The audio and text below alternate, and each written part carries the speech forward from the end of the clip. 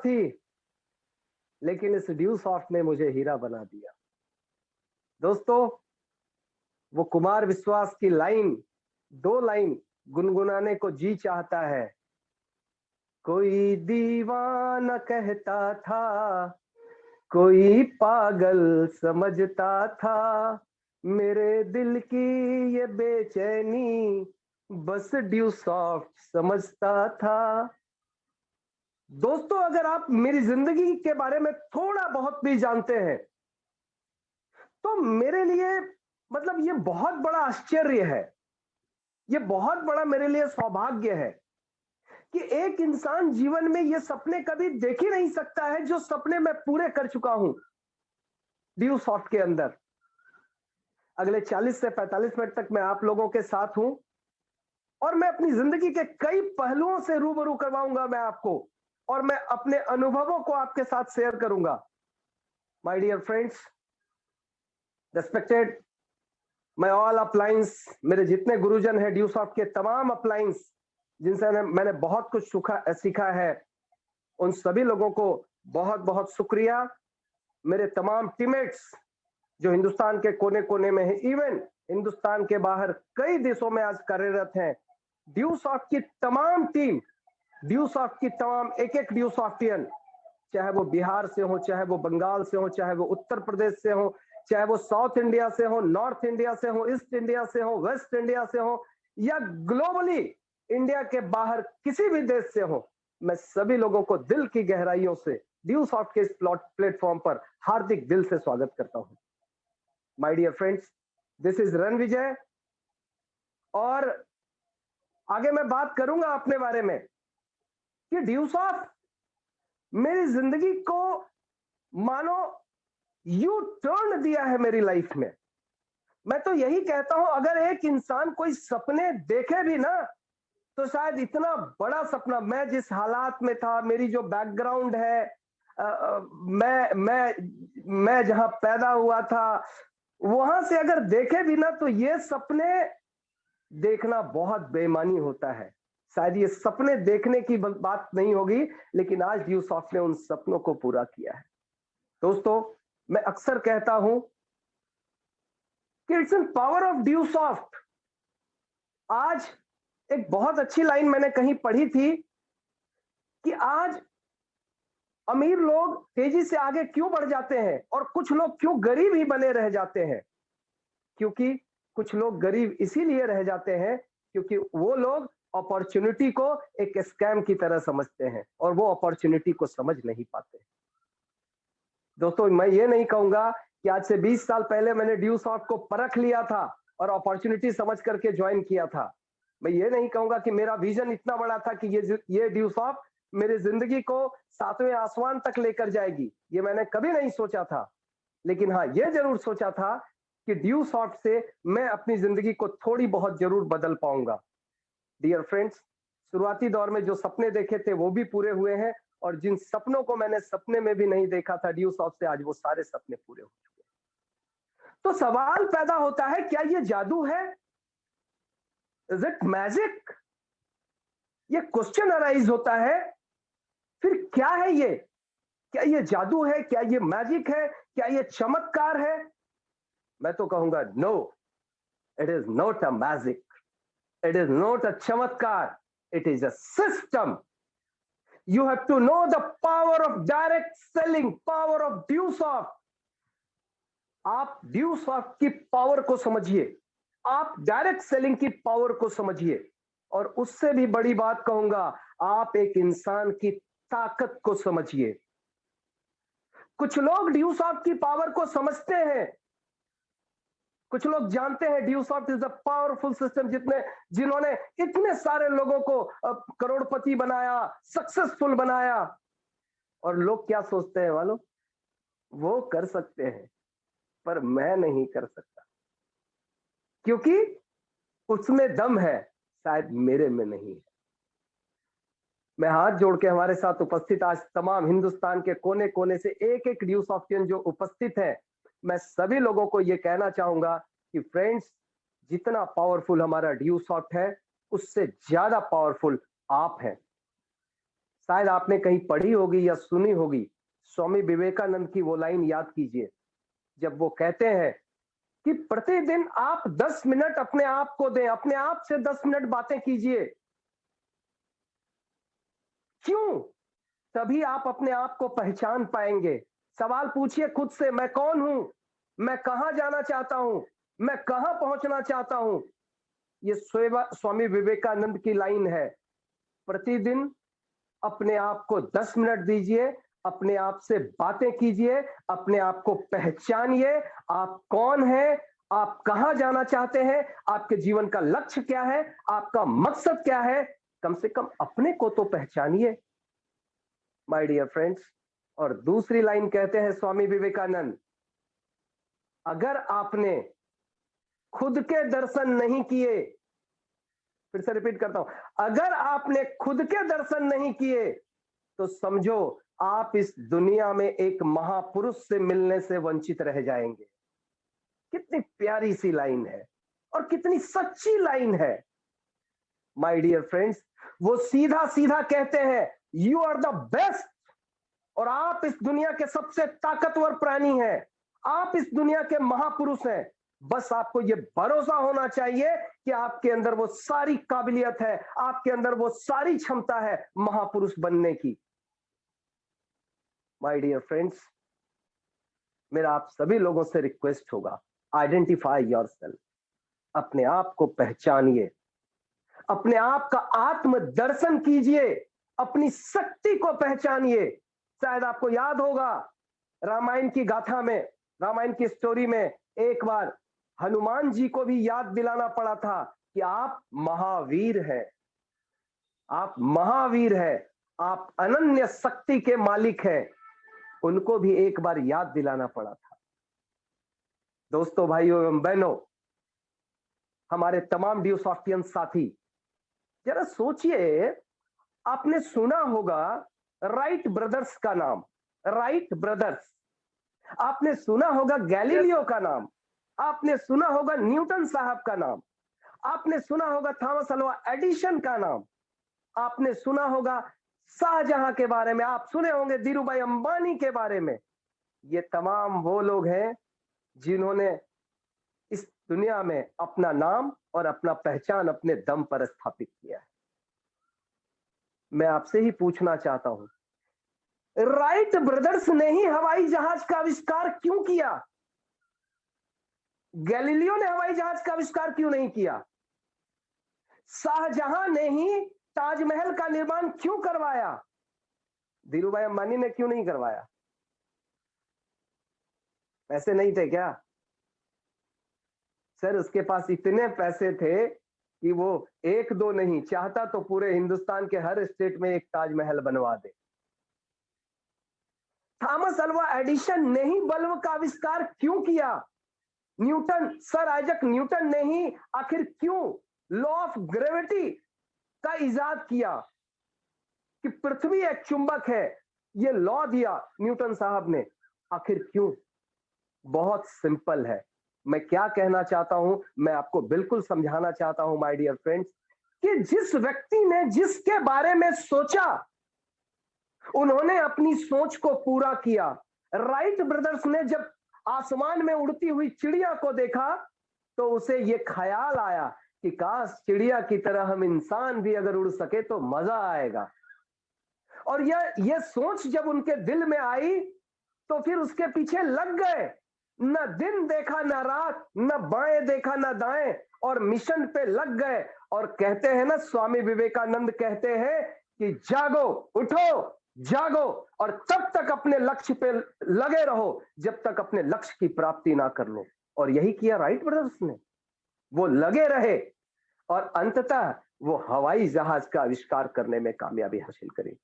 उसी तरह से थॉमस अल्वा एडिसन के बारे में हम लोगों ने पढ़ा है कि 9,999 बार फेल होने के बाद भी 10वीं हजार बार अटेम्प्ट में उन्होंने वो बल्ब का आविष्कार किया। शाहजहां ने ताजमहल इसीलिए बनवाया क्योंकि उसके पास ताजमहल बनाने का जुनून था, पैशन था। धीरूभाई अंबानी के पास ताजमहल बनाने का पैशन नहीं था, इसीलिए उन्होंने ताजमहल नहीं बनाया।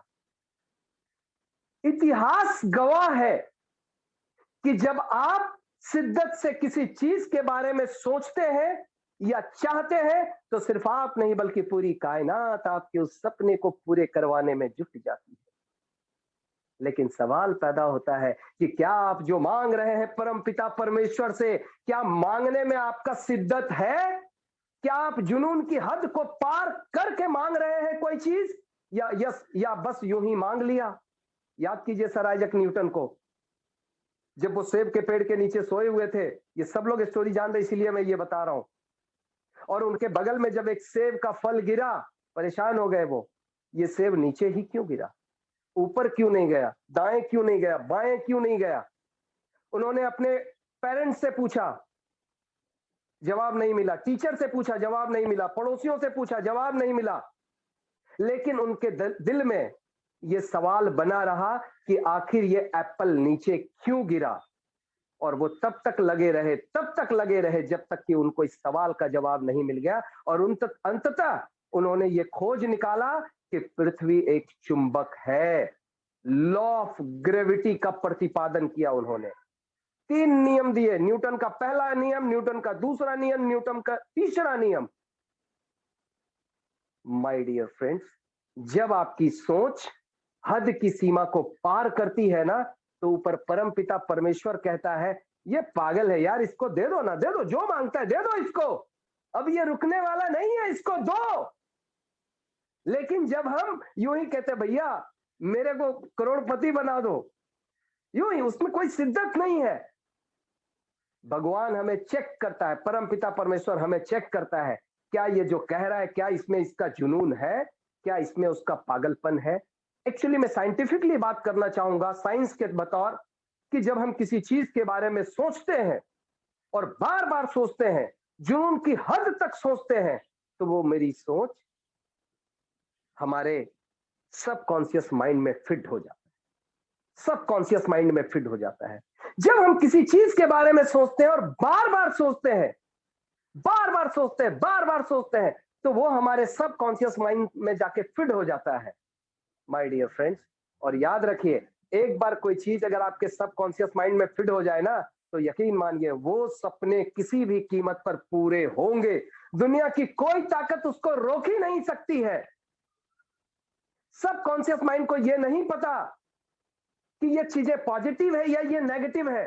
दुनिया में कई लोग, ओसामा बिन लादेन, उन्होंने अपनी सबकॉन्शियस माइंड को नेगेटिव फीडिंग दी कि अमेरिका जाके मुझे ट्विन टावर को ब्लास्ट कर देना है, और ये बातें उनकी सबकॉन्शियस माइंड में फीड हो गई, और अंततः वो इस काम को करने में कामयाब हो गए। सबकॉन्शियस माइंड ये नहीं जानता कि वो नेगेटिव है या पॉजिटिव है। आप जो देंगे उसको, आप जो उसको देंगे सबकॉन्शियस माइंड को, वो ग्रहण करेगा, वो रिसीव करेगा, और वो चीजें हर हाल में पूरा होगी। तो साइंस ये कहता है कि जब आप अपनी किसी सपने को, किसी ड्रीम को जब बार बार सोचते हैं, सीमा की हद करके पार करके सोचते हैं, तो वो आपकी सबकॉन्शियस माइंड में फिट हो जाता है, और वो किसी भी कीमत पर आपके सपने पूरे होते हैं माय डियर फ्रेंड्स। क्यों दशरथ मांझी एक छेनी और एक हथौड़ी के सहारे वो पहाड़ तोड़ दिया? बिहार में वो गया डिस्ट्रिक्ट में थे ना दशरथ मांझी, जिनके नाम पर वो मूवी बनी द माउंटेन मैन, पूरी दुनिया में उनके नाम के चर्चे हो गए। इसी तरह से मतलब कोई भी आप एग्जांपल ले लें, कोई भी आप एग्जांपल ले लें, कि क्यों दुनिया में राइट ब्रदर्स वो हवाई जहाज का आविष्कार करने में कामयाब रहे, सिर्फ इसलिए क्योंकि उनके ये सब कॉन्शियस माइंड में फिट हो गया था। माय डियर फ्रेंड्स, मैं आप तमाम लोगों से कहना चाहता हूं, ईश्वर ने हमारे साथ कोई भेदभाव नहीं किया है। ईश्वर ने हम सभी लोगों के साथ न्याय किया है, और इक्वल स्ट्रेंथ हम सभी लोगों के अंदर भरा है। हमें अपनी शक्ति को जगाना होगा, हमें यह सोचना होगा। स्वामी विवेकानंद ने जो कहा था कि 10 मिनट अपने आप से बातें कीजिए, मैं यही कहता हूं आपको कि काइंडली अपनी शक्ति को जानने के लिए कृपया आप 10 मिनट अपने आप को जरूर दें, और पहचाने अपनी शक्ति को, पहचाने अपनी ताकत को, पहचाने अपने सपनों को, और उन सपनों को जो आप हर हाल में पूरा करना चाहते हैं, उन सपनों को सबकॉन्शियस माइंड में फिट कीजिए। यकीन मानिए, एक एक करके आपके सारे सपने पूरे होते चले जाएंगे माय डियर फ्रेंड्स। लेकिन याद रखिएगा, कोई भी आपका ड्रीम, कोई भी आपका थॉट, कोई भी आपका सोच सबकॉन्शियस माइंड में तब तक नहीं जाएगा जब तक वो जुनून की हद को पार नहीं करे। दोस्तों, पैशन कहते हैं ना, सफलता पैशन। एक एग्जांपल मुझे अभी याद आ रहा है मेरी जिंदगी का। अ, मेरे फादर अब इस दुनिया में नहीं रहे, रिसेंटली 2 महीने पहले की बात है, लेकिन मैं मानता हूं उनका आशीर्वाद ताउम्र मेरे साथ है और रहेगा। उनकी एक वाक्य मैं शेयर करता हूं आपके साथ। ड्यू सॉफ्ट की शुरुआत मैंने 2001 में की थी, और शुरुआती दिनों में मैं 4-5 साल इतना पागल था कि मुझे ड्यू सॉफ्ट के सिवा कुछ नहीं दिखता था। और एक बार की घटना मुझे याद है, हमारे एक एसोसिएट हुआ करते थे, मेरे पिताजी का नाम मुरली मनोहर ये था, और इसी नाम के हमारे एक एसोसिएट झारखंड धनबाद से हुआ करते थे, मुरली जी। एक बार फोन आया मेरे पास, और उन्होंने सामने उधर से बोला फोन के ऊपर, हेलो, मैं मुरली बोल रहा हूं। मैंने बोला, हाँ मुरली जी बोलिए, और कैसा काम चल रहा है, और प्लान वगैरह कैसा हो रहा है, फॉलोअप वगैरह का क्या हाल है, रिजल्ट का क्या हाल है, माइल हुआ कि नहीं हुआ। मैंने एक सांस में 4-5 सवाल दाग दिए। उधर से कोई रिप्लाई नहीं आया। दोबारा ये आया, हेलो मैं मुरली बोल रहा हूं। मैंने कहा, हाँ मुरली जी बोलिए, मैं सुन रहा हूं आपकी बात को, आप मुरली जी बोल रहे हैं, बताइए ना। दूसरी बार मैंने पूरी कहानी फिर से बक दी, और अंत में पिताजी उधर से कहते हैं, अबे नालायक, तेरा बाप बोल रहा हूं। ओह, मेरी हालत, मतलब मैं जेन्युइनली आपको सिर्फ मेरी हालत उस समय आप समझिए। मैंने वही क्षमा पिताजी, सॉरी सॉरी सॉरी पिताजी, अब मुझे एक्चुअली आप ही के नाम के एक एसोसिएट हैं, उन्होंने कहा कि अबे नालायक, तुझे ड्यू सॉफ्ट के सिवा कुछ दिखता भी है कि नहीं दिखता है, कि 24 घंटे तुझे सिर्फ ड्यू सॉफ्ट ही दिखता है।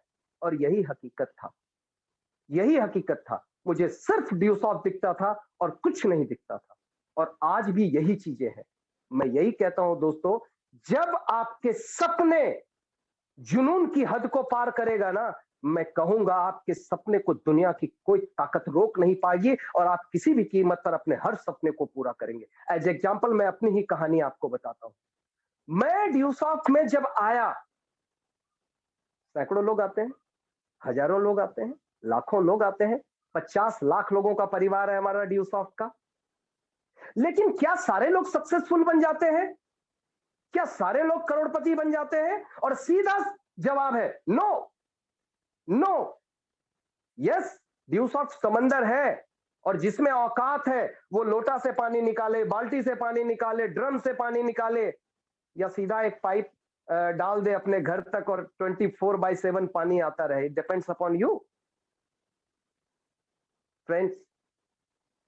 ये मैं अपने ही बारे में बताता हूं। मैंने जब ड्यूसॉफ्ट की शुरुआत की थी, तो मैं क्यों टिक गया, मैं क्यों टिक गया?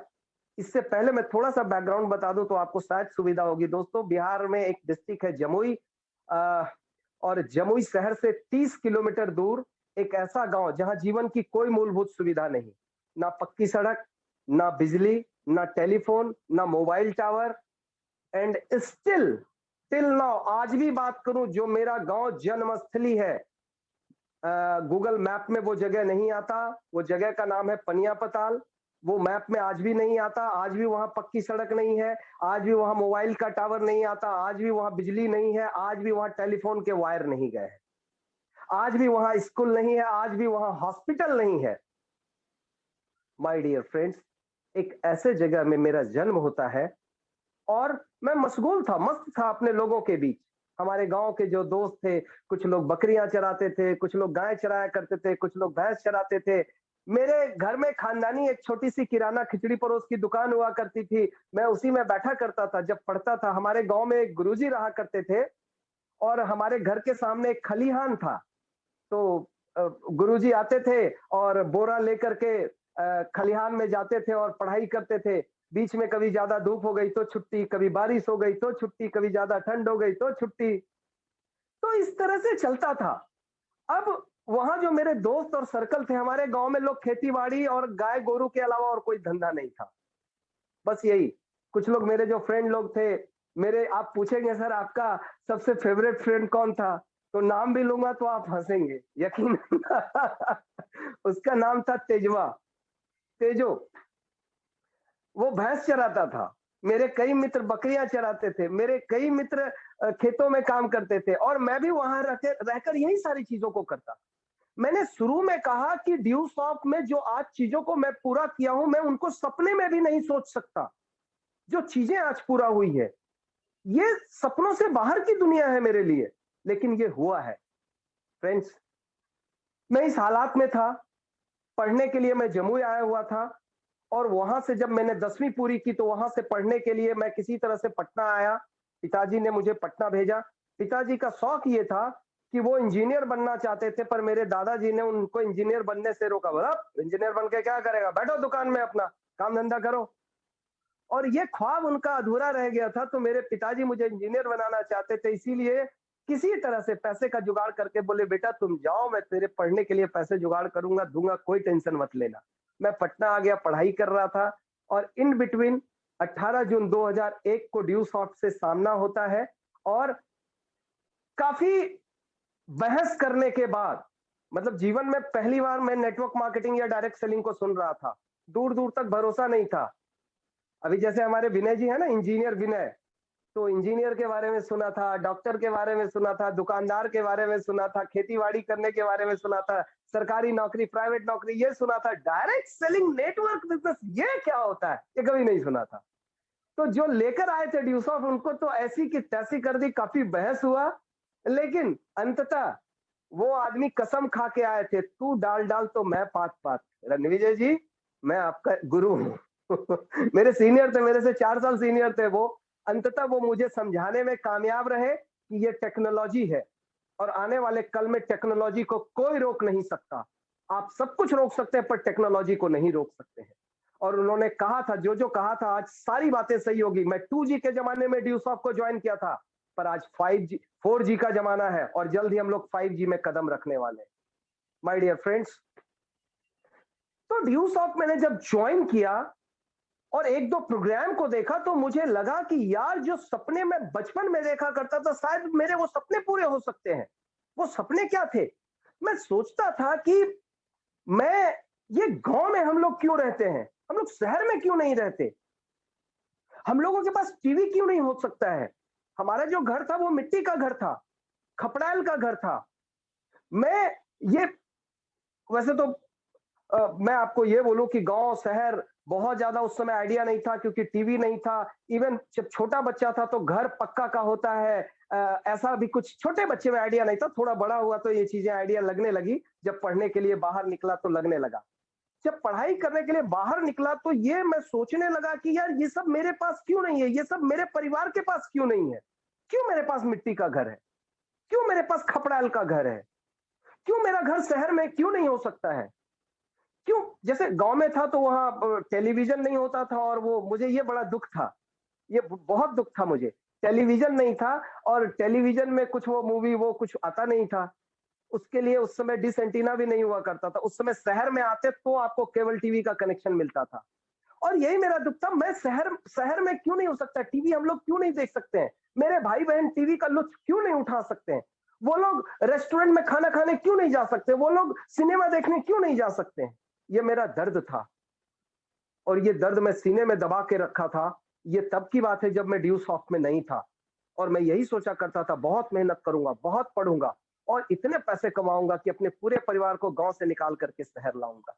7 साल पढ़ाई की, पटना में नौकरी की तैयारी की, कुछ नहीं मिला। टाई टाई फिश बोरिया बिस्तर बांध करके वापस गांव लौटने की तैयारी हो रही थी। उसी बीच मेरे जो फ्रेंड थे वो दिल्ली से आते हैं, ड्यू सॉफ्ट का प्लान बताते हैं और मैंने ड्यू सॉफ्ट को ज्वाइन करने का फैसला किया और एक एक करके मेरे सारे सपने जागृत हो गए। जो सपने 4 साल 5 साल पहले मेरे सीने में दफन हो गए थे वो सारे जागृत हो गए और लगा कि यार अब चमत्कार हो सकता है मेरी जिंदगी में। और वहां से सोचना शुरू किया, वहां से ड्यू सॉफ्ट में काम करना शुरू किया और यकीनन मैं बताऊं, मैं ड्यू सॉफ्ट में सिर्फ इसीलिए टिक गया क्योंकि मैं खुद से ज्यादा अपने परिवार को प्यार करता था। I love my family.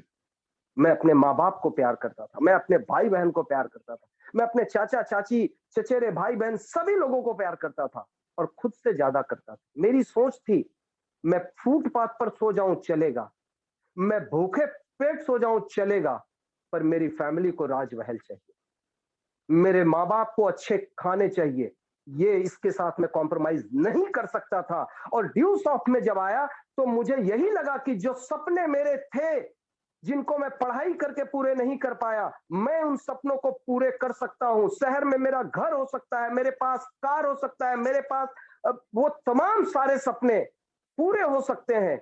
ये चीजें मुझे ड्यू सॉफ्ट में दिखी और यही कारण है कि मैं ड्यू सॉफ्ट में टिक गया माय डियर फ्रेंड्स। अगर ये सपने मेरे पास नहीं होते ना, तो शायद मैं आज ड्यू सॉफ्ट में नहीं होता। क्योंकि ये हकीकत है, आप जब ड्यू सॉफ्ट या डायरेक्ट सेलिंग में जब एंटर करते हैं ना, तो ये आपकी ढेर सारी परीक्षाएं लेती है। और जो आदमी टूट जाता है ना, वो फिर आउट हो जाता है। लेकिन आप अगर हिम्मत और हौसला बरकरार रखते हैं, एक लेवल तक ये परीक्षा लेगी आपकी, यकीन मानिए। जब हमें नॉलेज नहीं होता है ना कैसे करना चाहिए बिजनेस, तो उस समय हम गलतियां करते हैं और उस समय हम टूटते हैं।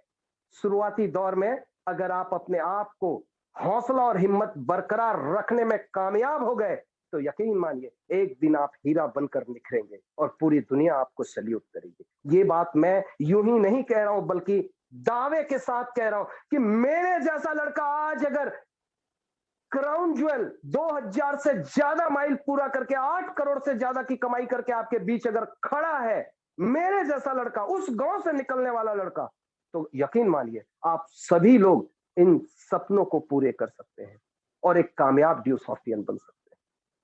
दोस्तों, सो बी कॉन्शियस, कॉन्शियस रहें, अलर्ट रहें और अपने थॉट्स के ऊपर जरूर ध्यान दें, अपने ड्रीम के ऊपर जरूर ध्यान दें।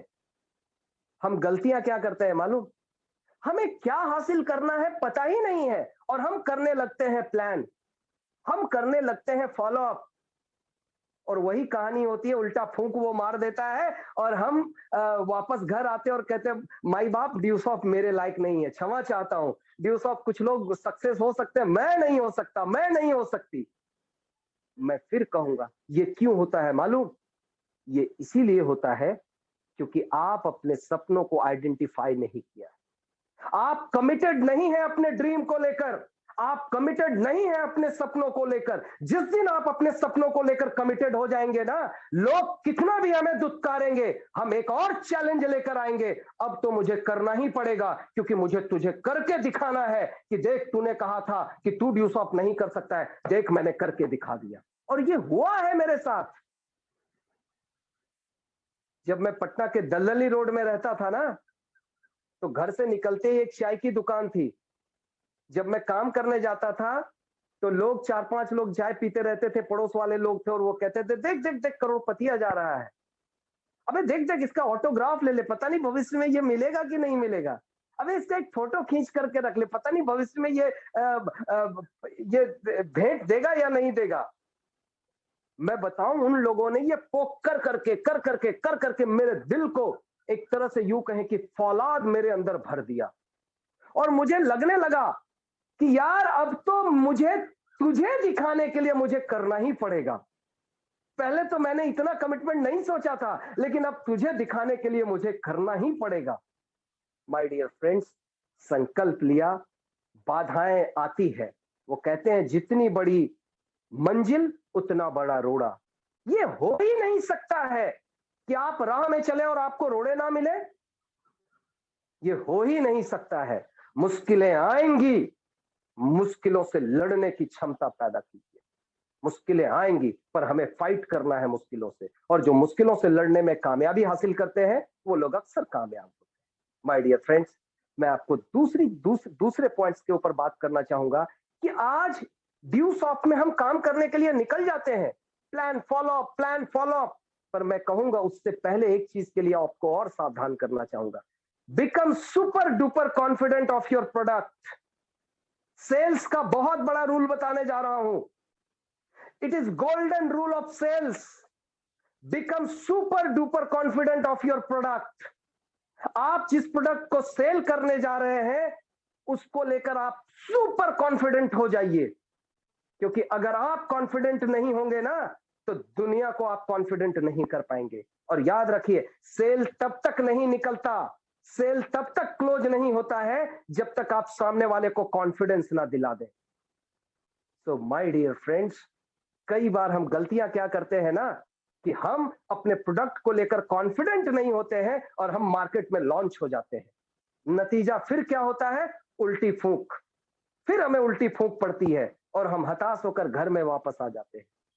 माय डियर फ्रेंड्स, मैं तमाम लोगों से कहना चाहता हूं, 22 साल हो गए ड्यू सॉफ्ट के, और ड्यू सॉफ्ट में 50 लाख लोगों का परिवार है। ये प्रूवन सिस्टम है। यकीन मानिए, हर कोई करोड़पति बन सकता है यहां पर। ये मैं दावे के साथ कह सकता हूं। आपकी जिंदगी में कभी भी चैलेंज आए तो अपने आप से सवाल कीजिए, मैं कहीं तो गलती कर रहा हूं। I have to find my mistake, that's it. ये मत सोचिए ड्यू सॉफ्ट में कोई कमी है, ये मत सोचिए मैं नहीं कर सकता हूं, मैं नहीं कर सकती, ये मत सोचिए। Always think positive. अपने सबकॉन्शियस माइंड को कभी भी नेगेटिव फीडिंग नहीं देनी है। क्योंकि कुछ लोग कहते हैं मैं नहीं कर सकता, मैं नहीं कर सकता, मैं नहीं कर सकता, मैं नहीं कर सकता, मैं नहीं कर सकता, और ये चीजें सबकॉन्शियस माइंड में चल जाती है और सबकॉन्शियस माइंड कहती है यस तू नहीं कर सकता है। So don't think like that. Always think positive, yes I can do it, I can do it, I can do it. और आपका सबकॉन्शियस माइंड आपका ऑर्डर मान लेता है। वो आपका नौकर है, सबसे वफादार नौकर है सबकॉन्शियस माइंड। आप जो उसको ऑर्डर दे देते हैं ना, वो हर हाल में उस ऑर्डर को फॉलो करता है। आप बोलिए मुझे घर चाहिए, आप बोलिए मुझे बंगलो चाहिए, शिद्दत से बोलिए। आप बोलिए मुझे दिल्ली में घर चाहिए, आप बोलिए मुझे मुंबई में घर चाहिए, आप बोलिए मुझे मर्सिडीज चाहिए, मुझे एक्सयूवी 700 चाहिए, बोलिए। गट्स होना चाहिए, कॉन्फिडेंस होना चाहिए। बोलेंगे ना, सबकॉन्शियस माइंड आपका नौकर है, सबसे वफादार नौकर है, और वो आपकी हर कामना को पूर्ति करेगा। तो मैंने कहा become super duper confident of your product. दोस्तों, मैं थोड़ा बताना चाहूंगा, मैंने जब ड्यू सॉफ्ट की शुरुआत की थी, तो सबसे पहले इस एजुकेशन, इस प्रोडक्ट को मैंने अपने घर में ही इस्तेमाल किया था। मैं जब ड्यू सॉफ्ट ज्वाइन किया था, तो इंग्लिश ने मुझे बहुत ही अट्रैक्ट किया था, और मैंने इंग्लिश यहां से सीखा भी है। 2001, 18 जून 2001 में मैंने ड्यू सॉफ्ट ज्वाइन किया, और 2006 में मेरी शादी हुई। और मेरी वाइफ जब आई, तो वो इंक्वायरी करने लगी क्या है ड्यू सॉफ्ट, कैसा होता है, ये होता है। और वाइफ को पता चला वाओ इंग्लिश सिखाती है ड्यू सॉफ्ट। तो थोड़ी मॉडर्न ख्यालात की है मेरी पत्नी। अभी फोटो में आपने देखा होगा वो गाड़ी वाला। तो उन्होंने कहा वैसे गांव की है लेकिन वो मॉडर्न ख्यालात की है। तो जब पता चला इंग्लिश है, उन्होंने कहा मुझे भी सीखना है। मैंने फॉर्मेट दे दिया, 6 महीने प्रैक्टिस करी, कंप्लीट इंग्लिश सीख गई। आज मेरे 2 बच्चे हैं। मेरा बड़ा लड़का 8वीं कक्षा का विद्यार्थी है, 8th में पढ़ता है। बिहार का बेस्ट स्कूल संत माइकल हाई स्कूल में पढ़ाई कर रहा है वो। छोटा बेटा वो 6ठी कक्षा में पढ़ रहा है, second best Loyola high school उसमें पढ़ाई कर रहा है। लेकिन मैं जो बताना चाह रहा हूं वो समझिए, ड्यू सॉफ्ट जो कंप्यूटर एजुकेशन का पैकेज देती है ना, आज मेरा बड़ा बेटा कई प्रोग्रामिंग के कोर्स कर चुका है। C, C plus plus, C hash, Java, JavaScript, और इसके अलावा 1-2 और प्रोग्रामिंग वो सीख चुका है ड्यू सॉफ्ट के माध्यम से। एक दिन मैंने अपने बेटे से ही पूछा कि बेटा अब तक तो जो तुम जो ड्यू सॉफ्ट से सीख चुके हो, मार्केट में अगर पढ़ने जाते तो कितना खर्च आता? उन्होंने बोला पापा कम से कम 2 लाख रुपए इसके लिए खर्च करने पड़ते। आज मेरा बड़ा लड़का 2 लाख की पढ़ाई ड्यू सॉफ्ट से कर चुका है। मैंने इंग्लिश का कोर्स और कंप्यूटर, बेसिक कंप्यूटर मैंने सीखा है। आज मैं अपने वाइफ की बात करूं तो वो भी अंग्रेजी की कोर्स कर चुकी हैं। और छोटे बेटे की बात करूं तो 40,000 क्वेश्चन आंसर का आपका जो दिया हुआ है ना टेस्टिंग सेंटर में, 40,000 क्वेश्चन आंसर जो ऑब्जेक्टिव क्वेश्चन आंसर्स दिया हुआ है। तो आज मेरा छोटा बेटा, वो उसको जीके जीएस में बड़ा मजा आता है, और वो खोल करके लैपटॉप में लगा रहेगा और डेली एक सेट की प्रैक्टिस वो उसमें करता है। My dear friends, Dew Soft ने मुझसे 10,000 रुपए लिए, लेकिन बदले में आप देखेंगे तो 3 लाख से ज्यादा रुपए की पढ़ाई मैं अपने परिवार में कर चुका हूं। और इनकम की बात करूं तो 8 करोड़ से ज्यादा की इनकम ड्यू सॉफ्ट दे चुकी है मुझे। माय डियर फ्रेंड्स, अब सोच के देखिए, इतना बेनिफिट मैंने खुद से लिया है ड्यू सॉफ्ट के एजुकेशन का। अब सोचिए कितना कॉन्फिडेंस मेरे अंदर रहता होगा जब किसी को एजुकेशन का प्लान बताता होऊंगा। तो कहते हैं ना जिसको एकदम दबा के बताना, मतलब फुल कॉन्फिडेंट। ऑफ कोर्स मैंने लिया है, यस मैंने ये एक्सपीरियंस लिया है, फिर मैं आपको बता रहा हूं। और मैं आप तमाम लोगों को यही कहना चाहूंगा कि साइट को जरूर विजिट करें, एजुकेशन को जरूर देखें, आपका कॉन्फिडेंस का लेवल 100 टाइम्स बेटर होगा। और जब कॉन्फिडेंस टॉप पे होगा ना, तो यकीन मानिए ये बिजनेस को आप ऑटोमेटिकली बहुत तेजी से करने में कामयाब हो। क्योंकि किसी भी सेल्स में क्या होता है, आपका प्रोडक्ट काफी इंपॉर्टेंट है और हमारा प्रोडक्ट बेस्ट प्रोडक्ट है, ये मुझे मालूम है। आज के डेट में एक नया प्रोडक्ट जो हेल्थ वाला ऐड हुआ है, तो आज घर में पहले बॉर्नवीटा हॉर्लिक्स आता था, लेकिन अब सिर्फ Deo Vital, nothing more, best है। मार्केट से मैंने कंपैरिजन किया है। देखिए, गांव में एक कहावत बोली जाती है, अपना दही को हर कोई मीठा बोलता है। तो इसका मतलब ये नहीं है कि मैं डियो वाइटल के बारे में अच्छाई इसीलिए नहीं बोल रहा हूं कि वो हमारी कंपनी का है। नो, मैंने मार्केट से कई प्रोडक्ट उठाए और मैंने कंपेयर किया। ये जितनी विटामिन दे रही है, जितनी प्रोटीन्स दे रही है, जो परसेंटेज जितना मात्रा दे रही है ना, इस रेट में मार्केट में कोई भी प्रोडक्ट उपलब्ध नहीं है। ये सबसे खास बात है और ये चीजें हमारे प्रोडक्ट को यूनिक बनाती है। और मैं आपको यही कहता हूं, आप पूरे कॉन्फिडेंस के साथ इस चीज को लोगों को बताइए और दिखाइए कि ये बेस्ट प्रोडक्ट है हमारा, माय डियर फ्रेंड्स। क्योंकि इन चीजों को ऋषि सर ने बनाते समय हर चीज का ध्यान रखा है। और जब तक वो खुद से पूरी तरह से संतुष्ट नहीं हो गए, तब तक उन्होंने इस प्रोडक्ट को मार्केट में लॉन्च नहीं किया। सो माय डियर फ्रेंड्स, हमारा प्रोडक्ट बेस्ट प्रोडक्ट है। आप इस प्रोडक्ट को सबसे पहले इसको जरूर एक्सपीरियंस करिए और सुपर कॉन्फिडेंट बिल्ड कीजिए अपने ऊपर, और फिर जब मार्केट में जाएंगे ना, आपके बिजनेस में फर्क आएगा, यकीन मानिए। दोस्तों, थोड़ा सा मैं बताना चाहूंगा कि शुरुआती दिनों में जब मैं सुपर कॉन्फिडेंट हो गया ड्यू सॉफ्ट को लेकर, तो मेरी कैसे फीलिंग्स थी, काम को मैंने कैसे किया, मेरा क्या नजरिया था। तो मैं आपको बताना चाहूंगा, जब शुरुआती दिनों में मैंने काम की शुरुआत की, उसके पहले मैं एक विद्यार्थी था, पढ़ाई कर रहा था। लेकिन जब ड्यू सॉफ्ट में आया ना, तो जैसे मैं पढ़ाई कर रहा था तो उस समय मैं जनरल कंपटीशन में था, प्रतियोगिता दर्पण पढ़ता था, अखबार लेता था, अखबार पढ़ता था, रेडियो रहता था, रेडियो में न्यूज सुनता था, टीवी तो होता नहीं था। उसके बाद कोचिंग जाता था, ट्यूशन जाता था, ये सारी चीजें मेरी दिनचर्या थी, रूटीन थी। अच्छा, एक दिनचर्या मेरा और था। क्योंकि पैसे कम आते थे मेरे, लेकिन मैं जहां रहता था दलदली रोड में, बगल में ही एक सिनेमा हॉल था, एक नहीं तीन तीन सिनेमा हॉल था, मोना, एलिफिस्टन और रेजेंट, 100 मीटर की दूरी में।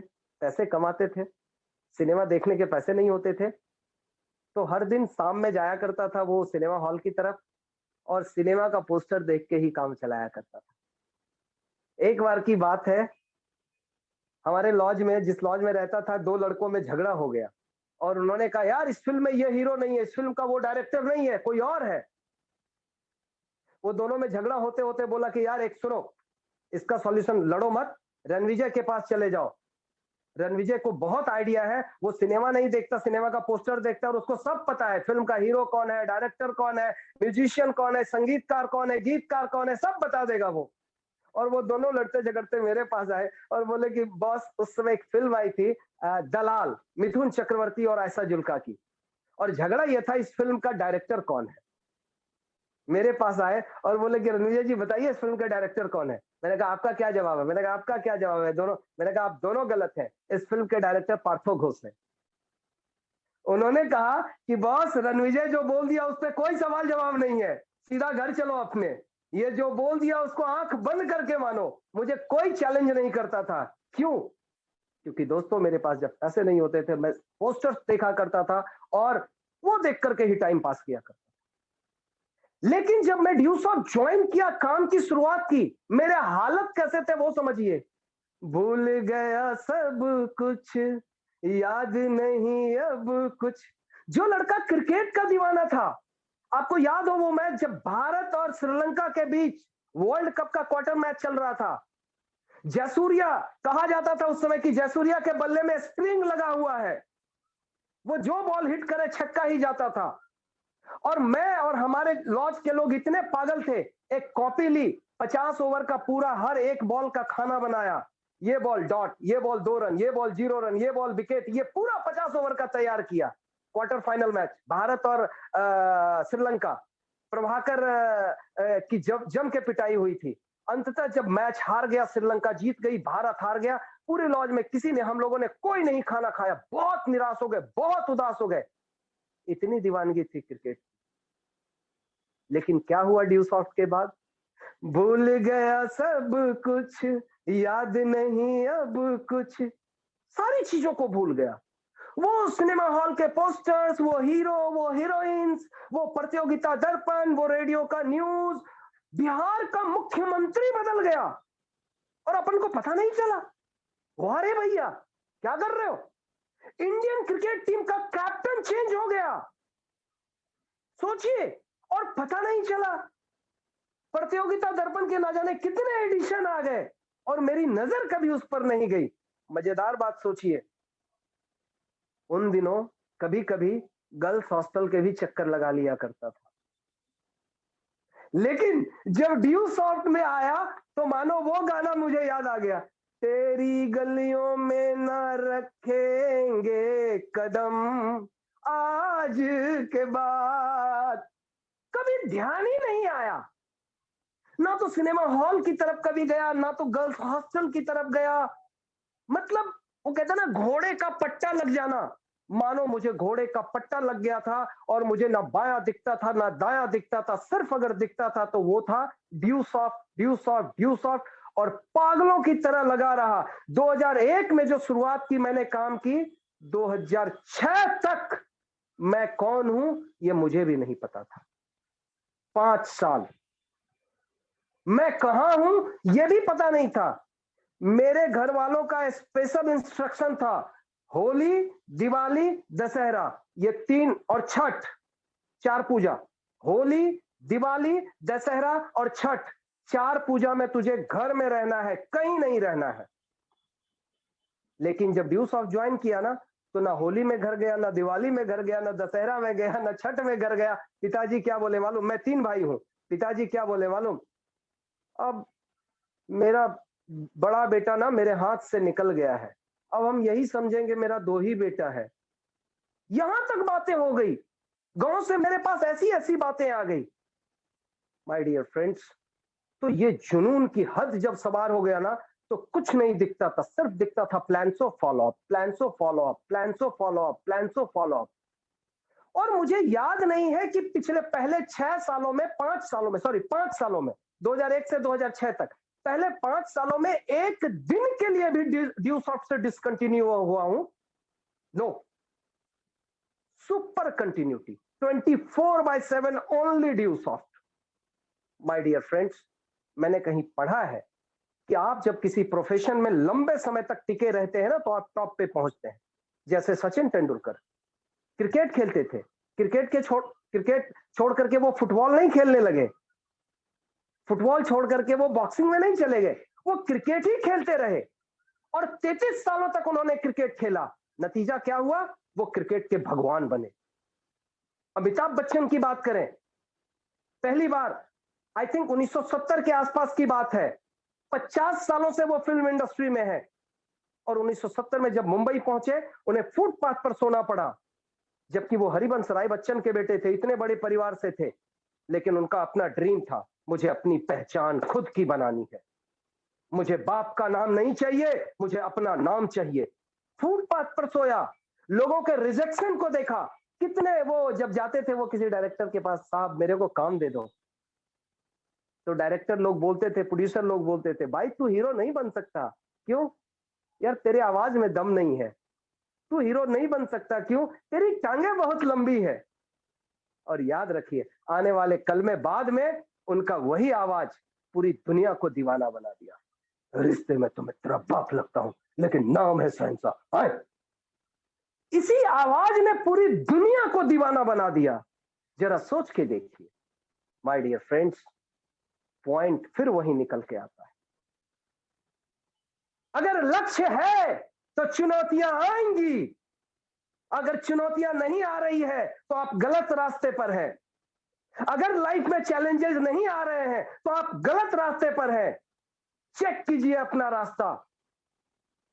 अगर लक्ष्य है तो चैलेंजेस आएंगे, चुनौतियां आएंगी, हमें फाइट करना है। और जो चुनौतियों से लड़ करके आगे पार हो जाते हैं ना, वही अक्सर कामयाबी हासिल करते हैं हमारी। अमिताभ बच्चन, वो सिर्फ स्टार नहीं बने, वो सिर्फ सुपरस्टार नहीं बने, वो मिलेनियम स्टार बन गए और आज तक उनको कोई बिट नहीं कर पाया है। 50 सालों से लगातार एक ही काम, सिर्फ एक्टिंग करते आ रहे हैं। माय डियर फ्रेंड्स, मैं सिर्फ यही कहना चाहता हूं कि आप जिस किसी भी काम को कर रहे हैं ना, आप 5 से 10 साल का समय दीजिए, यकीनन you will be on the top. आप टॉप पर होंगे। अगर मैं 20 सालों से ड्यूसॉप में नहीं होता तो शायद मेरे पास ये मुकाम नहीं होता। तो कंटिन्यूटी बहुत इंपॉर्टेंट है सर, बहुत इंपॉर्टेंट है। दूसरी चीज, ड्यूसॉफ की सबसे बड़ी खासियत क्या है मालूम? आपको मालूम है कि आप जीवन में उतना ही पैसा कमाएंगे जितनी पर्सनैलिटी आपके पास होगी। Income is directly proportional to personality. Income is directly proportional to personality. आप उतना ही पैसा कमाएंगे जितनी पर्सनैलिटी आपके पास होगी।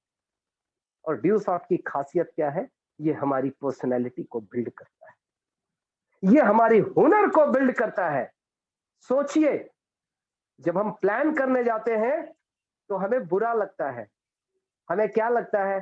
सर, अपलाइन को क्या बोलते हैं? सर आप ही कर दीजिए ना प्लान, सर हमको डर लगता है सर।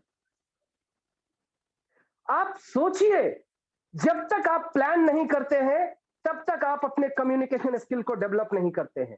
जब तक आप फॉलो अप नहीं करते हैं तब तक आप अपने कम्युनिकेशन स्किल को डेवलप नहीं करते। माय डियर फ्रेंड्स, मैं तो यही कहूंगा, सीनियर से सिर्फ 5 बार प्लान का टारगेट करो, ओनली 5 बार। और आप ध्यान पूर्वक उनको देखो कैसे वो कर रहे हैं प्लान, और 6ठे बार से खुद से प्लान करना शुरू। यस, व्हाई नॉट, कर सकते हैं।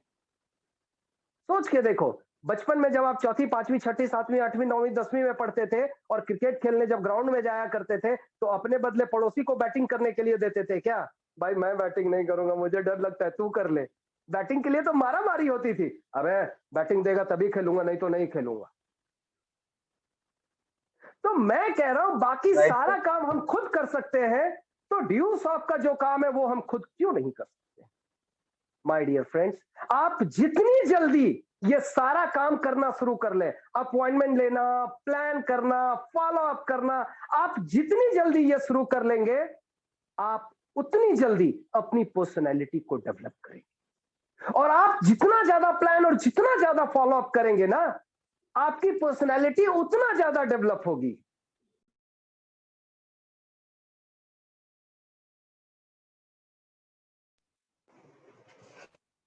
पर्सनैलिटी जितनी ज्यादा डेवलप होगी, आप उतने ही कामयाब इंसान बनेंगे। माय डियर फ्रेंड्स, क्योंकि एक आदमी जब तक अपने हुनर को डेवलप नहीं करेगा, जब तक अपनी पर्सनैलिटी को डेवलप नहीं करेगा, तब तक वो इंसान कामयाब नहीं हो सकता है। और ड्यूसॉफ सिस्टम ऐसा है, सिस्टम की ब्यूटी देखिए, ब्यूटी कि ना चाहते हुए भी हम अपनी हुनर को, अपनी पर्सनैलिटी को डेवलप कर जाते हैं। सो माय डियर फ्रेंड्स, हमारे साथ जितने लोग उपस्थित हैं, आपसे मैं यही कहूंगा कि अपनी लिस्ट के ऊपर ध्यान दीजिए, अपना मैक्सिमम। ये नंबर, ये बिजनेस क्या है ना, ये लोगों का बिजनेस है, ये नंबर गेम का बिजनेस है। आप बड़ी से बड़ी लिस्ट तैयार कीजिए, सिर्फ अपनी लिस्ट तैयार मत कीजिए, आपकी टीम में जितने लोग हैं उन सारे लोगों की लिस्ट तैयार कीजिए और कोशिश कीजिए आपके पास 100, 200, 300, 500 नहीं बल्कि हजारों लोगों की लिस्ट होनी चाहिए। आपके पास जितना ज्यादा लिस्ट होगा, आप इस बिजनेस में उतनी दूर तक जाने की क्षमता रखेंगे और उतनी तेजी से आगे बढ़ेंगे। और फिर मैं कहूंगा, आपके पास जितना ज्यादा लिस्ट हो, आप उस लिस्ट को उतनी जल्दी खत्म करने का प्रयास करें। कई बार लोग गलतियां क्या करते हैं मालूम? सर मेरे पास तो 100 का ही लिस्ट है, मैं 10-10 का लिस्ट ट्राई करता हूं, मैं 10 महीने तक तो चल जाएगा ना, कम से कम 10 महीने के बाद देखा जाएगा। भाई ये कोरोना है क्या? कोविड पीरियड है क्या? 6 महीने तक लॉकडाउन रहेगा, घर में 10 किलो चावल है तो 2-2 किलो चावल करके खाऊंगा? नो, ड्यूसॉफ का सिस्टम अलग है। अगर 100 की लिस्ट है तो टारगेट कीजिए 1 महीने में 100 की लिस्ट को खत्म करना है। अगर 100 की लिस्ट खत्म किए ना, सबसे वर्स्ट रेशियो बता रहा हूं, 10 ज्वाइनिंग आएगी आपके पास, वर्स्ट रेशियो 10 ज्वाइनिंग आएगी आपके पास। और 10 ज्वाइनिंग सारे लोग अगर 100-100 की लिस्ट बना लिए तो आपके पास 1000 की लिस्ट आ गई। यस यस, 1000 की लिस्ट आ चुकी है। सो माय डियर फ्रेंड्स, दो चीजें, शुरुआती दौर में 4-5 प्लान अपने अपलाइन को करने दीजिए, उसके बाद खुद से शुरू हो जाइए। शुरुआती दौर में 4-5 फॉलोअप अपने अपलाइन को करने दीजिए, उसके बाद खुद से शुरू हो जाइए। तीसरी बात, टारगेट कीजिए कम से कम 100 प्लान महीने का किसी भी कीमत पर होना चाहिए। 100 प्लान महीने का किसी भी कीमत पर होना चाहिए, अगर आप व्यूसॉफ्ट में कामयाबी हासिल करना चाहते हैं तो। एक और पॉइंट बोलूंगा, पर डे कम से कम 10 नए लोगों से मिलने का टारगेट सेट कीजिए कि प्रतिदिन हमें 10 नए लोगों से मिलना है। कैसे मिल सकते हैं नए लोगों से? या तो प्लान करके, या तो फॉलोअप करके, या तो अपॉइंटमेंट करके। एक एग्जांपल बताता हूं। सपोज कीजिए आज आपने 3 लोगों का, नए लोगों को प्लान किया है, 3 लोगों को फॉलोअप किया है और 4 लोगों का अपॉइंटमेंट लिया है। 3 + 3 + 4 10 हो गए ना। किसी भी तरीके से प्रतिदिन 10 नए लोगों से मिलना है, चाहे वो प्लान हो, चाहे वो फॉलोअप हो, चाहे वो अपॉइंटमेंट हो।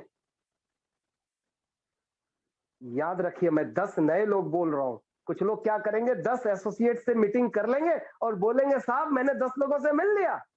No no no no no no no, 10 नए लोगों से। और फ्रेंड्स, अगर आप ये फॉलो कर गए, सिर्फ 365 दिन, आप सिर्फ 1 साल की मैं बात कर रहा हूं, आप 1 साल के अंदर आप अपने बिजनेस का सीधा यू टर्न होते हुए देखेंगे। चमत्कारिक तरीके से आपका आपका बिजनेस आगे की तरफ बढ़ेगा। माय डियर फ्रेंड्स, लोग मुझसे पूछते हैं आज के डेट में भी कि क्या होता है डायरेक्ट सेलिंग। कई ऐसे लोग हैं, क्या होता है ड्यूसॉफ्ट। मैं बहुत सादगी से उनको जवाब देता हूं, अपना ही एग्जाम्पल के रूप में, कि भाई सुनो, एक किसान का बेटा जो मिट्टी के घर में रहता था, जो खपड़े के घर में रहता था, आज उसके पास जमुई, पटना, दिल्ली, हैदराबाद, ये तमाम शहरों में उसके पास अपना घर है। एक आदमी जिसके पास साइकिल की भी औकात नहीं थी, वो आदमी आज 25 लाख के कार XUV 700 में घूम रहा है। ये है ड्यूसॉफ्ट और ये होता है डायरेक्ट सेलिंग बिजनेस। जो सपने आप जनरली कहीं देख नहीं सकते हैं, आप उन सपनों को अगर कहीं पूरे कर सकते हैं तो वो है इंडस्ट्री, डायरेक्ट सेलिंग इंडस्ट्री, और वो है सिस्टम ड्यूसॉफ्ट। माय डियर फ्रेंड्स, एक लड़का जिसने मिट्टी के घर में जन्म लिया, एक खपैल के घर में जन्म लिया, एक ऐसे गांव में जन्म लिया जहां कोई बेसिक मूलभूत सुविधा नहीं थी, और वो लड़का आज दिल्ली और हैदराबाद जैसे शहरों में इसके पास अपना बंगलो है। ये अगर कहीं हो सकता है तो सिर्फ ड्यूसॉफ्ट में हो सकता है, सिर्फ डायरेक्ट सेलिंग बिजनेस में हो सकता है। माय डियर फ्रेंड्स, मैं आप तमाम लोगों से यही कहना चाहूंगा, बाय चॉइस, जाने में या अनजाने में, आपने जैसे भी ड्यूसॉफ्ट में ज्वाइन किया है, you are at on right platform. आप बिल्कुल सही जगह पर है। मैं तो कहूंगा इस जन्म में इससे बेहतर प्लेटफॉर्म आपके लिए हो ही नहीं सकता है। बिल्कुल सही जगह पर है। लेकिन यही कहूंगा, अपनी क्षमता, अपनी काबिलियत, अपनी हुनर, इन चीजों के ऊपर फोकस कीजिए। और फिर कहूंगा 3 से 5 साल का एक प्लानिंग तैयार कीजिए, 3 to 5 इयर्स। मेरा जो प्लानिंग था वो फर्स्ट 5 इयर्स का था। पहला 5 साल में पागलों की तरह डूब गया। अचीवमेंट जानना चाहेंगे? जब मैं बाहर निकला ना, जैसे मैं 5 साल तक मानो मैं आ, पता ही नहीं था, मुझे खुद का भी पता नहीं था, और 5 साल के बाद जब बाहर निकला ना, आई वॉज ज्वेल ज्वेल, मैं करोड़पति बन चुका था।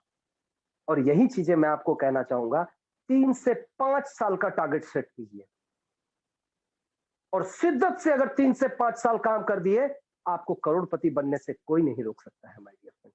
You will be the next करोड़पति, यकीनन।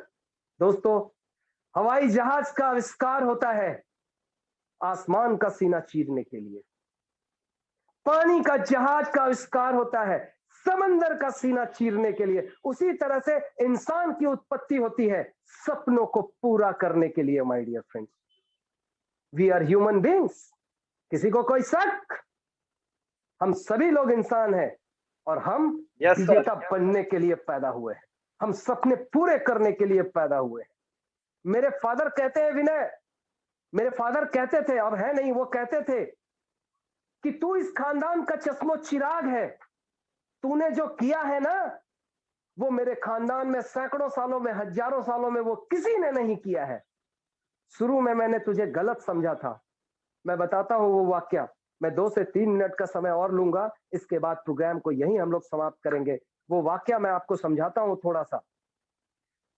जब पिताजी मेरे से नाराज थे और वो मेरे से अननॉइड थे और वो ये मान चुके थे कि बड़ा बेटा मेरे हाथ से निकल गया, मैं लगा रहा ड्यूसॉफ्ट में और 2 से 3 साल की मेहनत के बाद जब एक बड़ी अचीवमेंट मेरे पास थी, उसके बाद पटना में एक बड़ा सा प्रोग्राम था, भारतीय नृत्य कला मंदिर के ओपन प्रोग्राम था। लगभग 10 से 12,000 लोगों का प्रोग्राम था। मैं पिताजी को वहां बुलाना चाहता था, लेकिन वो गुस्से में थे मेरे। मैंने अपने दीदी और जीजा जी का सहारा लिया था और उनके माध्यम से उनको प्रोग्राम में बुलाया। 4 घंटे का प्रोग्राम था। प्रोग्राम समाप्त हुआ, मैं पिताजी के पास पहुंचा और बोला, पिताजी चलिए घर चलते हैं। और मैं उनका जैसे ऐसे हाथ पकड़ा और मैंने कहा चलिए चलते, और मैं आगे बढ़ा तो मैं देखा, अरे वो हिल नहीं रहे अपने जगह से, वो अपने जगह पर खड़े हैं। क्या हुआ उनको? मैं पलट के देखा तो वो काफी गंभीर थे, वो काफी मायूस थे और उनकी आंखों से आंसू छलक रहे थे। और मैं महसूस कर रहा था कि ये गम के आंसू नहीं है, ये खुशी के आंसू है। उन्होंने मेरी आंखों में देखा, मैंने उनकी आंखों में देखा और उन्होंने तेज एक झटके से मुझे अपनी तरफ खींचा और मुझे अपने बाहों में समेट लिया। फ्रेंड्स, मुझे लगा, मैंने उसी समय कसम खाई, ए दुनिया वालों, अब तक मेरे बाप का आशीर्वाद मेरे साथ नहीं था, तब मैंने ये करके दिखाया है। अब देख मैं कितना कोहराम मचाता हूं दुनिया के अंदर, मैं सब कुछ कर दूंगा। माय डियर फ्रेंड्स, और पिताजी मानो कह रहे हो, ना कहते हुए भी, बेटा तू इस खानदान का चश्मो चिराग है। तूने जो किया है पूरे खानदान में, सैकड़ों सालों में, हजारों सालों में किसी ने नहीं किया है। मुझे तुझ पर गर्व है। मैंने तुझ पर शक किया, ये पाप हो गया मुझसे। मैंने तुझ पर शक किया। शक करने से पहले मेरी मति क्यों नहीं मारी गई? माय डियर फ्रेंड्स, और मैंने चरण स्पर्श किया, आशीर्वाद लिया और मैंने यही अपने आप से कसम खाया कि देख दुनिया वालों, अब मेरा बाप मेरे साथ है, अब मैं क्या करता हूं। और उसी के बाद निकलते ही अगले 2 साल में मैंने ज्वेल अचीव किया था। फिर अगले कुछ सालों के बाद क्राउन ज्वेल अचीव किया और एट प्रेजेंट 2000 से ज्यादा माइल और 8-9 करोड़ से ज्यादा की कमाई इस ड्यूसॉफ्ट के माध्यम से कर चुका हूं। माय डियर फ्रेंड्स, दोस्तों, मैं सिर्फ यही कहना चाहता हूं, मैं सिर्फ चश्मो चिराग नहीं हूं। आप सभी अपने खानदान के चश्मो चिराग हैं। मैं तो कहता हूं कि हर खानदान में चश्मो चिराग होता है और आप अपने खानदान के चश्मो चिराग हैं। आपके पास सिस्टम है ड्यूसॉफ्ट। आप भी वही कर सकते हैं जो मैंने किया है। आप एक इतिहास की रचना कर सकते हैं। आप वो कर सकते हैं जो आपके खानदान में पहले 500-1000 सालों में किसी ने नहीं किया है। माय डियर फ्रेंड्स, बस एक जुनून पालने भर की देर है, एक पागलपंथी लाने भर की देर है। अगर वो पागलपंथी आ गई ना, फिर कोई नहीं रोक पाएगा। याद कीजिए रामधारी सिंह दिनकर की वो लाइन, राष्ट्र कवि रामधारी सिंह दिनकर। इस अंतिम लाइन के साथ ही प्रोग्राम का समापन करूंगा। सच है विपत्ति जब आती है कायरों को ही दहलाती है। सच है विपत्ति जब आती है कायर को ही दहलाती है। सूरमा नहीं विचलित होते, क्षण एक नहीं धीरज खोते। विघ्नों को गले लगाते हैं, कांटों में राह बनाते हैं। है कौन विघ्न ऐसा जग में, सके वीर नर के मग में। खम ठोक ठेलता है जब नर, पर्वत के जाते पांव उखड़। मानव जब जोर लगाता है, पत्थर भी पानी बन जाता है, पत्थर भी पानी बन जाता है, पत्थर भी पानी बन जाता है। दोस्तों, मैं आप तमाम लोगों को अपनी तरफ से ढेर सारी शुभकामनाएं देना चाहूंगा और यही कहना चाहूंगा, एक इतिहास की रचना करिए, इतिहास पुरुष बनिए, सारे सपनों को पूरे कीजिए और वो पूरे कीजिए जो आपके खानदान में किसी से नहीं पूरा किया है। बस ये जुनून और जोश जिंदा रखिए, यकीन मानिए आप इतिहास पुरुष बनेंगे। मैं इन्हीं शुभकामनाओं के साथ आज फिलहाल आपसे विदा लेता हूं। Thank you very much, wish you all the best. Vinay, मैं आपको एक बार फिर से इनवाइट करता हूं, please welcome on screen. Thank you so much.